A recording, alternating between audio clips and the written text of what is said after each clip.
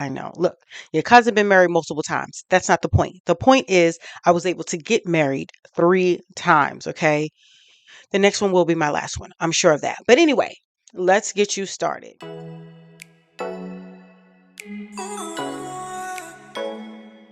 What's up, everybody? Welcome or welcome back to Closing Open Wounds with Kalisha. I am yours truly. I'm Kalisha. Welcome. So get on in here, get on in here, get on in here. I was at work today and I was thinking that I was going to help you out.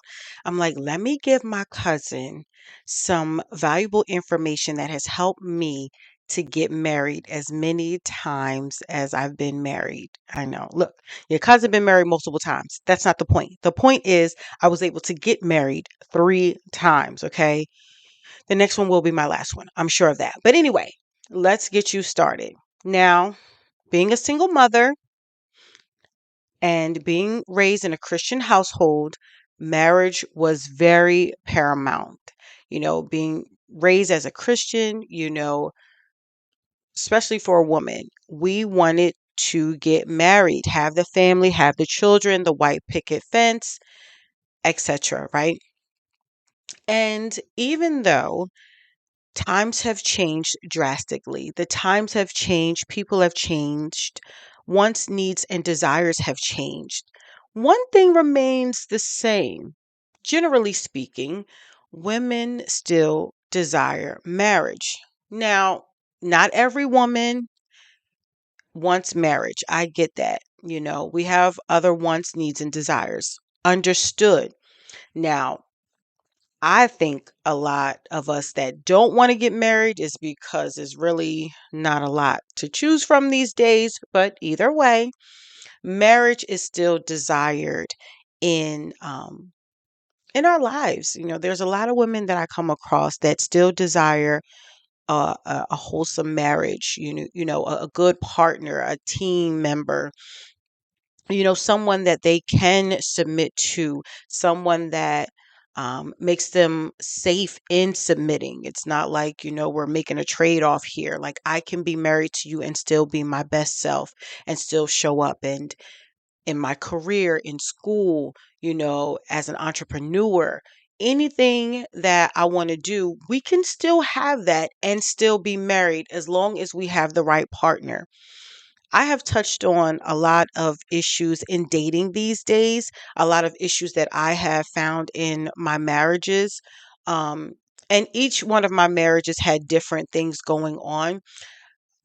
So there are obstacles that we have. Now, this video is just for women. This is not to bash you men.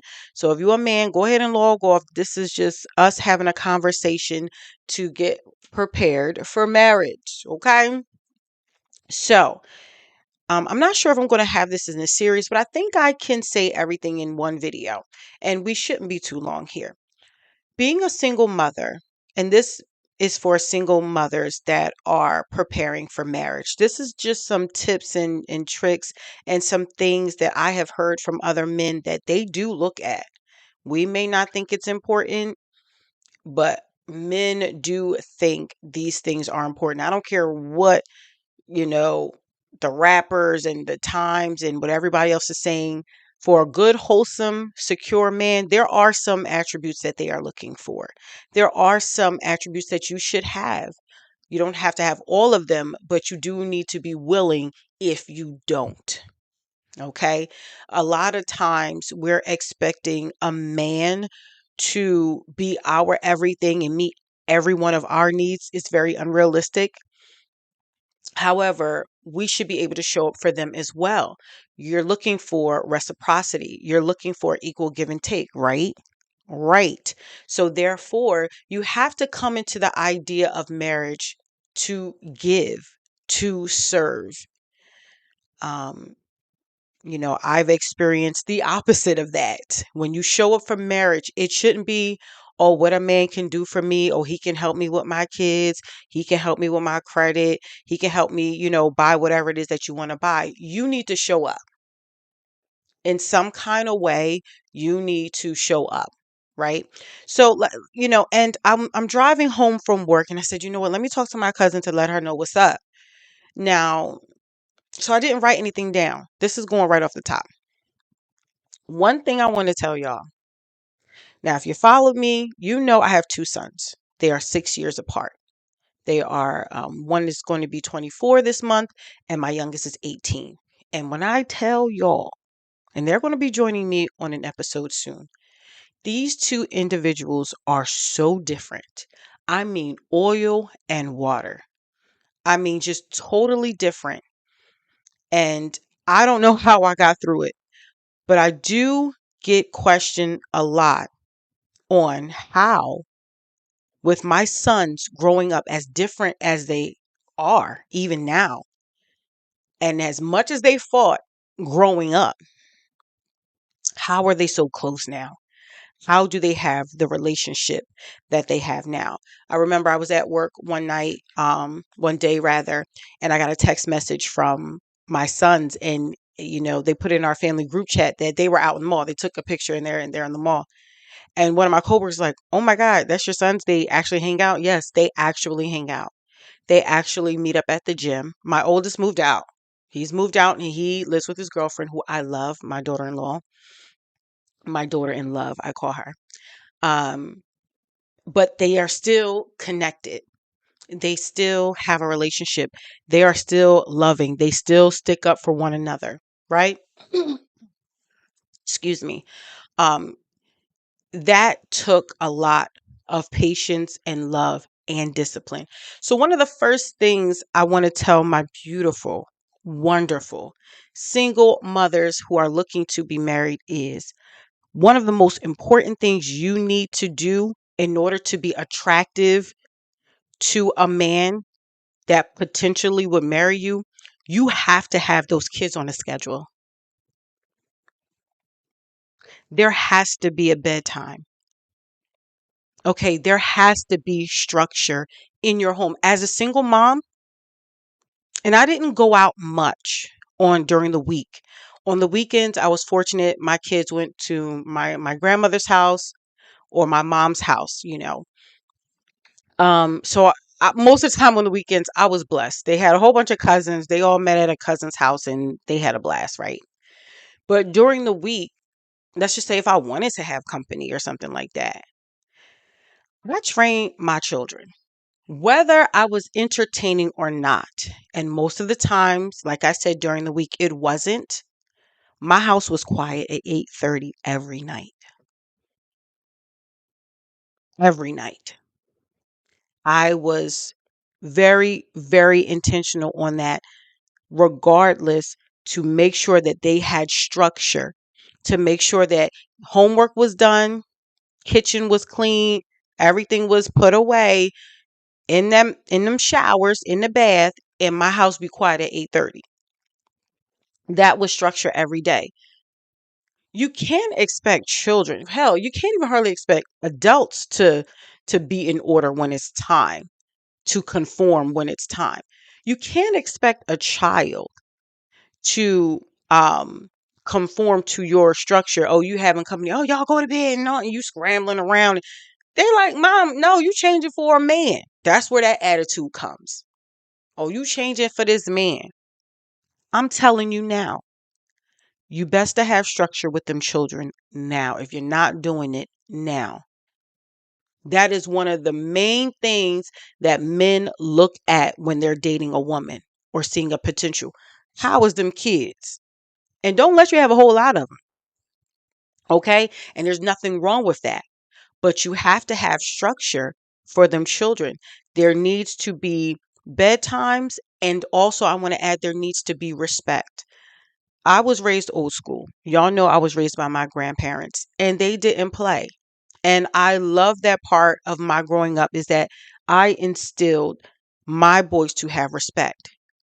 Now, being that I have two sons, and yeah, I was married and there was a lot of in between where I was single, I trained my sons. I couldn't teach them how to be a man, but I trained them how to care for a woman. Okay. No, I have not taken out any trash in years. I don't know what I'm going to do when my youngest moves out, y'all. It's bad. I don't take out trash. I don't do laundry. Being in an apartment building, I remember when I taught my oldest how to wash clothes. I think he was like 12 years old. We had a laundry room in the basement of the building. Excuse me, y'all. Y'all know I got allergies. And this is what you do: colors, whites, darks, money. Here you go. And he's 24 now. So I have did laundry in a very long time.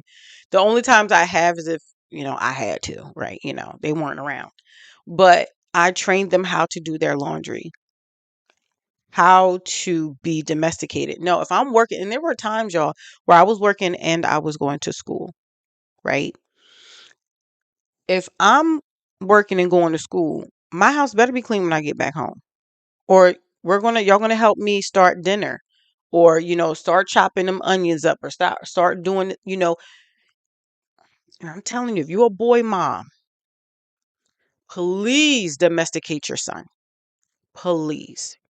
Your future daughter in love will love you for it.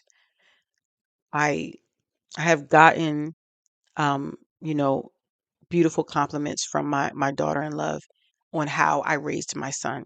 Now, mind y'all, my oldest, let me tell you the difference with my sons. My oldest, very short tempered, very angry, he was always yelling. My youngest, he had a lot of mouth. Youngest don't want to listen to the oldest, but he was very sensitive. He's the love bug of the family. I mean, two totally opposite kids. Another thing that helped me is I gave each child individually what they needed. What my oldest needed, my youngest didn't need, and vice versa. You have to, it's not a one size fits all for your children. It's not. You give them what they need, right? So they are two different, and it was very, very hard. Being a single mom and having my oldest, there was times where I had to be to work at 6 o'clock. The kids had to be to school at 8:30. I'm leaving before them, calling my oldest, making sure he's up, get his brother dressed, and get out the door to school. Like, y'all, we was like all we had. And I instilled that in them, like, listen, you two are all you have. I don't care what you're going through. I don't care who has and who has not. I will not be here forever, and you better take care of each other. I mean, I drilled that into them. I made them understand how important it is to take care of your sibling. I would tell my youngest, I don't care if you make more money than your brother or if he doesn't have, I mean, and they were young. Y'all better, he bet not go without a meal. He bet not go without somewhere to lay his head. Like, I didn't play with my kids when it came to that. Now, years ago, times was a little bit different. These times are hard. Another way how I got my kids to bond, and even though they're so different, I would put them in situations where they had to depend on each other, if that makes sense. They walked to the store together. They did different things together. Sometimes I would hear them, arguing a little bit. I'd be in my room and I hear them arguing, whatever, and I would just listen to see how this about to play out. And if I needed to come out, I did. And sometimes I didn't. I let them figure it out. Please do not coddle your children. Please do not handicap your children, because that's what you're doing. If you do everything for your children, when you leave or when they get old enough to be out on their own, life is going to smack them upside the head and they're not going to know what to do. I told my kids about credit at an early age. At 15, they both received their credit cards, and I mean major credit cards, in their names. Um, I taught them about credit. We went to get money orders, how to write checks, just different things, how to go shopping, how to budget, not just snatch it. If I say, bring me some detergent, not just snatching something off the shelf, which one, not just which one was cheaper, which was what was more money for the amount, what was more product for the amount of money that you're going to spend, comparing the ounces to the dollar. Like, listen, I was a single mom and I did not have it, y'all. I was working most of the time. I was working at front desk at somewhere. Um, until 2013. I started in, residential market. It was tough. It was tough. But I didn't play with my kids. They needed structure. They needed to learn respect. Like I said, to this day, I don't open up any car doors. I don't. If I look like, I remember we was on vacation. We went on our cruise, last year, and I'm looking like I want to grab my luggage. My sons is looking at me like, I wish you would. I raised them because I hadn't had a man that was like that. Like I say this all the time. I've raised men that I haven't had the pleasure of being with. Mannerable, respectful. I get compliments all the time on my children and how they speak, how respectful they are. We did a lot of we did a lot of church outreach. We did a lot of hospitality events. We did a lot of banquets, funerals, repasts. I I put it in my children to be of service. And I'm not saying that it was easy. I'm not saying that it was, you know, but it taught them so much about life. And you really need to start this stuff at an early age when it comes to children. A lot of things that people with older children are going through is because you didn't check it when they were two. My boys will be on here to verify everything that I'm saying. I've always kept a nice place. I've always kept glass around different things. I didn't even have to hide snacks in my house. Because if I say don't touch it, don't touch it. I knew, I'm only 5'4". I knew my grown African American sons would tower over me one day. And that is the truth. But I got them while they were young. So by the time they were teenagers, all I had to do was, I might yell. I might have to go upside their head, but I didn't have to do as much because the respect had already been there. Children and how mannerable your children are plays a huge role when a man is looking to date you. Okay? Keep your house clean. Them kids should be helping. If you are out here working, you going to school, you providing, why are you the only one doing all the housework when you have able-bodied children? I'm a property manager. You know that. Do you know how many inspections I go on?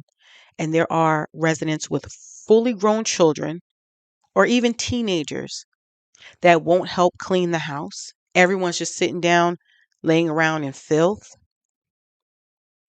What real man that wants to marry you, that is a high value man, they would say, would want a woman that lives in a pigsty? Housekeeping. My home is always clean. Always. I don't play. I get on my kids' nerves about it. One time my youngest said, he said, Mom, you want this house to look like nobody lives here. He might be right. But I don't play because your living space is your living space. Do you understand? I think better when my house is clean. I feel better coming in from a hard day of work and everything is where it's supposed to be. Now, listen, everybody's different. I'm not talking about if you have an ailment or you're handicapped. This is, you can just leave this part out of it. You are doing the best you can. Okay. I'm talking to my able-bodied sisters that have able-bodied children. Teach them kids how to clean up. Teach them how to be domesticated. Men are looking at that. Another thing I want to talk about is cooking. Now, listen, I ain't saying once you meet a man, you got to cook for him every night. But you do need to give him a little taste tester. You do need to give him a little sample. I don't care. A man that is about his money and building an empire does not want to eat out every night. I don't even want to eat out every night. You want a home cooked meal sometime. You want I be praying. I used to be praying over my kids, future spouses. I said, Lord, because these kids like to eat a home cooked meal. Sister gonna have to know how to do a little something, something. So if you don't know how to cook, figure something out. You better learn. Ask somebody. Go on YouTube University. There's stuff out here for you. Okay. So we went over structure. We went over cleaning. We went over cooking. This is one subject that I know this might be a little rough. This might be a little strong to go down because it's going to be straight, no chasing. That drinking and smoking y'all be doing. You know I love you. Look, I know you grown. I know you can do whatever you want to do. I'm telling you, drinking and smoking and all that, it's not attractive. It's not ladylike. Now, if you want to have a glass of wine once in a while, that's your business. Because guess what? If I want to, I will. But I'm not addicted to it. I don't have to have it. There are still some men that are looking for grace, finesse, ladies. That's how you draw them in, you know? So I don't know what you can do about that. Because if you got a habit, you got a habit now. Listen, you can do all things through Christ Jesus. You could quit right now if you want to. But I have gone on dates or men have inboxed me or however we meet. Oh, do you drink? Do you smoke? No. No. What? It's like they don't know what to do with you then. Like, oh, snap. Like, yeah, no. What else do you have? You know what I mean? Like, what else can we do? I won't even date. I can't even date. If you an alcoholic and you guys smoke, I can't date no smoker. I'm sorry, I can't do it. I just can't. That's a non-negotiable right there. I just cannot do it. But to me that plays a part. I mean, that smell. I've had people come in my office and you just smell like you was in the smoke box. Like, I mean, all you're going to attract is the same like-minded soul.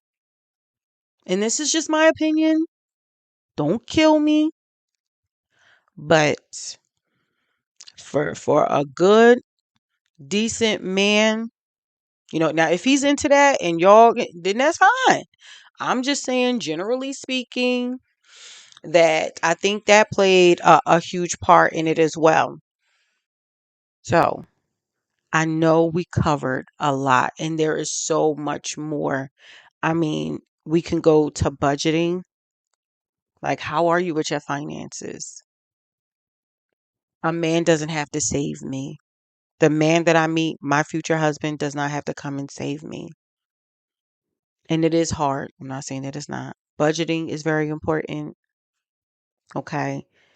Credit is very important. This is stuff that you could work on. Having a job is very important. Being able to sustain yourself is very, very important for a potential spouse. I'm not saying this. This is just some of the things that men are saying, what men, high value men are looking for. And my job is just to share the knowledge. You know, that's it. And I know we covered a lot today, and I know you're probably upset with me. You can put it in the comments. I still love you. I'm your cousin, so I'm always going to tell you the truth. And it's my opinion, and it's not law, it's not Bible or anything like that. But I'm going to tell you the truth. We are looking for husbands, and we're not even in position. Even when you think about the Proverbs 31 woman, she wasn't sitting home on her tail all day. She wasn't waiting to be served.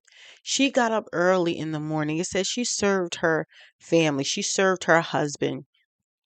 She was in the marketplace. She sold goods. Like, this woman, Proverbs 31 woman, she's a mover and shaker. Like, she's just like, I'm going to be good with or without you. That's attractive. Now,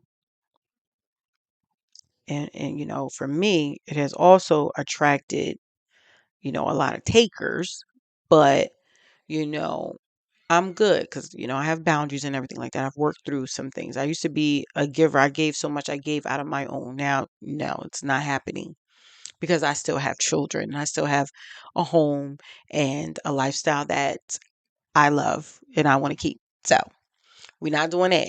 But you want to put yourself in a position where you can be found and where you're not a liability. Okay. I know it's a lot. I know it's a lot. But we can do this. I have faith in you.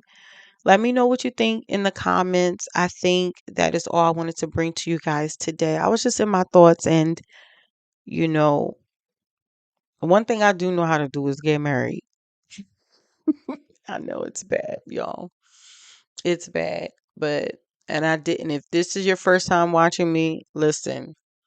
I didn't just get married and want to leave. Look at my couch confessions. Go take a look at my videos and you'll see all the hell that I've been through and what I've endured. So it is what it is.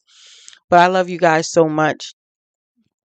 Don't forget to like, share, and subscribe. Let me know how you feel in the comments, and I will see you in the next video.